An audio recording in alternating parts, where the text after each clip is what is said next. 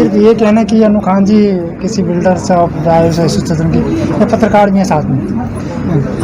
नहीं, हम home buyers हैं, फ्लैट खरीदार हैं और 2011 में हमने फ्लैट ख़रीदा था और एसोसिएशन बनाने की तभी नौबत आई थी जब फ्लैट हमारे कोर्ट कचहरी के चक्कर में पड़ गए थे। उसके बाद ही ये हमने एसोसिएशन ने फोमा का गठन किया था और तब से अब तक फ्लैट बायर्स की हम लड़ाई लड़ी रहे हैं। 10 साल हो गए हैं। तो अनु खान जी, ये जो आप धरातल में हमेशा काम करते रहते हैं, आपके मैसेज ही चलते रहते हैं, सब बेसिक इशू क्या है सबसे?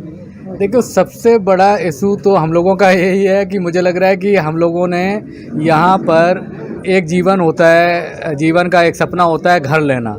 तो मुझे सबसे बड़ा इशू तो यही लगता है कि हमने Noida extension greater Noida west में फ्लैट ले लिया, तो ये सबसे बड़ा गलत काम कर दिया है। क्योंकि 10 साल हो गए हैं, लाखों परिवार ऐसे हैं, लाखों फ्लैट बायर्स ऐसे हैं जो सड़कों पर धक्के खा रहे हैं, उनको फ़ायदा नहीं मिल रहा है। हर फोरम पर वो जाते हैं। घर एक्चुअली इसलिए नहीं लिया था कि कोर्ट कचहरी के चक्कर में पड़े, घर इसलिए लिया था कि एक जो भारी भरकम रेंट होता है उससे बचेंगे और अपना दिल्ली एनसीआर में घर होगा, बच्चे सुकून से रहेंगे। लेकिन घर लेने के बाद ज़्यादातर जो लोग बाग हैं वो दुखी हैं, परेशान हैं, उनको घर नहीं मिला है। घर मिल गया है तो उनको मूलभूत सुविधाएं नहीं मिल रही हैं। जो सुविधाएं बिल्डर द्वारा बोली गई थी वो सुविधाएं उनको नहीं मिली हैं। कहीं पार्क नहीं है, कहीं एमेनिटीज़ नहीं है, कहीं स्विमिंग पूल नहीं है। जो सुविधाएं जो बोला गया था कि बिल्डर ने कहा था कि आपको सिंगापुर हम बसा के देंगे, लेकिन वो सिंगापुर क्या, कई सोसाइटी ऐसी हैं वो देहात क्षेत्र से भी बदतर हैं सोसाइटियाँ यहाँ की।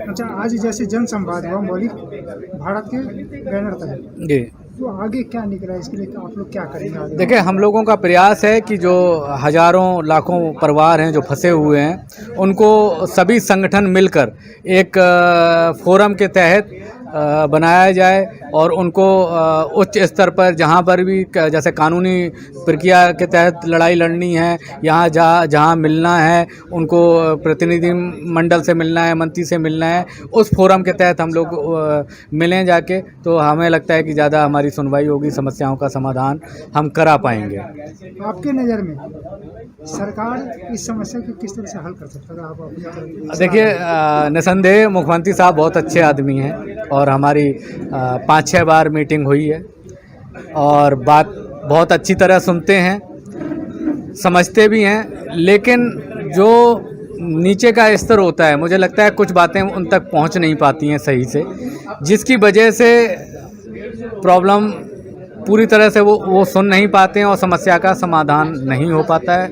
मुझे लगता है, मेरा निवेदन है आप लोगों सभी के माध्यम से कि मुख्यमंत्री साहब 1 घंटा 2 घंटा अगर सही से समस्याओं को सुनेंगे, समाधान जरूर निकलेगा।